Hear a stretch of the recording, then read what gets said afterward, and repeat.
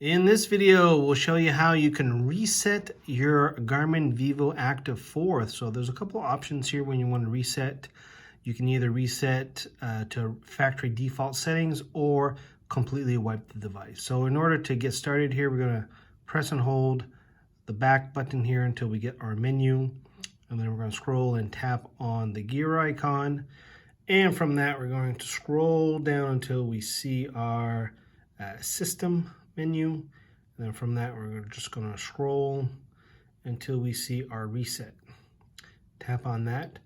Two options here: reset default settings, and that should reset basically everything out of the box.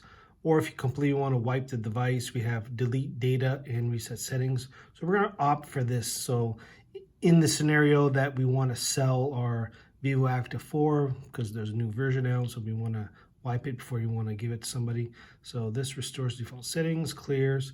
And of course, now we have our confirmation.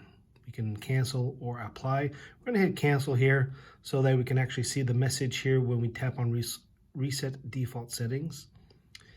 So this restores all the default settings. There you go. Now we have the option. So I'm going to hit cancel on that, and I'm going to do the full wipe here.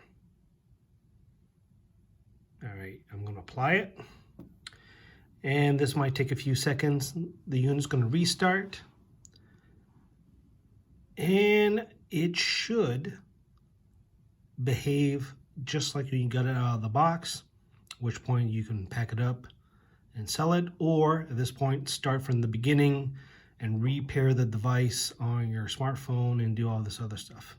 There you go. Here's our icon to indicate that it's ready to get into pairing mode with our smartphone, and we'll cover that in another video.